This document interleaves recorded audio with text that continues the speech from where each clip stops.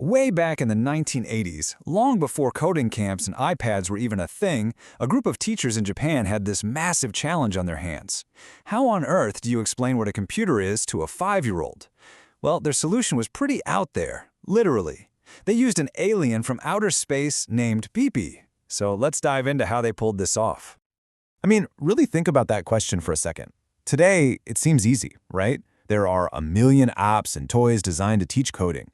But you've got to picture it. The year is 1986. Personal computers are these rare, kind of mysterious boxes. So where do you even start explaining something as abstract as programming to a whole classroom of kindergartners? Okay, so we're in a Japanese kindergarten. The world is completely analog. No smartphones, no internet. The teachers themselves, they've probably never even touched a computer, let alone dreamed of teaching a class with one. It was a totally different universe. And that, right there, is where our story really kicks off, with this enormous challenge of teaching something so futuristic in a world that was still very much in the present. So this whole thing started with a workshop for kindergarten teachers. They were learning a programming language called Logo, and even though they had zero experience, they were totally hooked. They said they were deeply moved by it, and immediately were like, we have to let the children experience this. The passion was there, for sure, but the how, that was still a giant question mark. And this is where we meet the guy who created the project, Masaru Murakami. He took on the challenge, but man, the weight of it was just immense. How could he possibly build a bridge between this super complex new technology and the mind of a 5-year-old? The pressure was so real that he later admitted he seriously thought about just quitting, many times. But his solution didn't come from some textbook or a manual. Nope. It came from the sky, a friendly alien from outer space. So Murakami was stuck, totally overwhelmed, and he did what a lot of creative people do. He looked back to his own childhood for inspiration. He remembered this one really powerful memory of being outside playing and seeing this weird silver object just hovering, totally still in the sky. He and his friends were absolutely convinced it was a UFO. And that memory, that was his aha moment.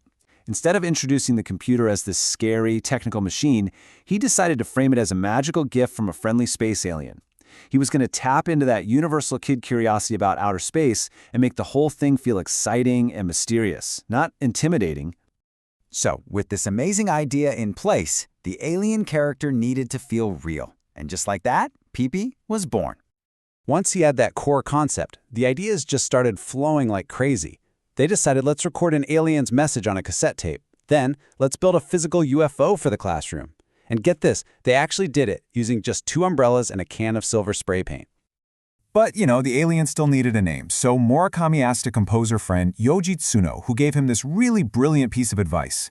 He said that the first words kids learn, like mama or papa, almost always have repeating sounds. They're just easy to say and remember.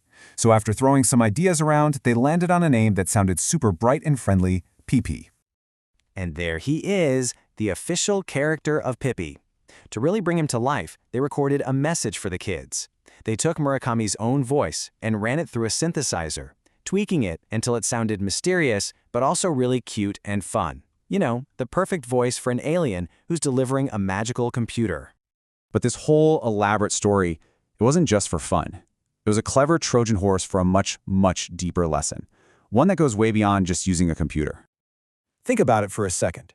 We all know someone who's a natural with maps, and someone else who gets turned around even with GPS telling them where to go. So why is that?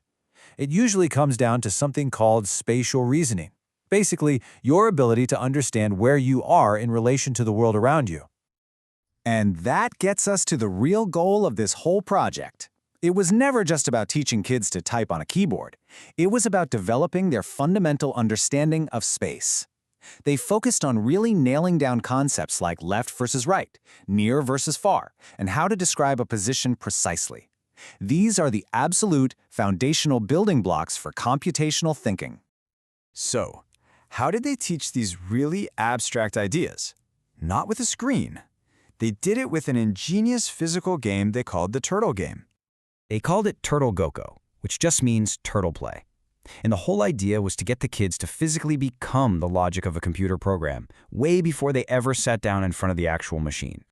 So the game had 3 different roles. First up, You had the turtle, who was a child that could only move by following instructions exactly. Then there was the controller, who would give commands like walk forward 3 steps, but they weren't allowed to move themselves. And finally, you had the observer, whose job was to watch everything, spot mistakes, and suggest ideas.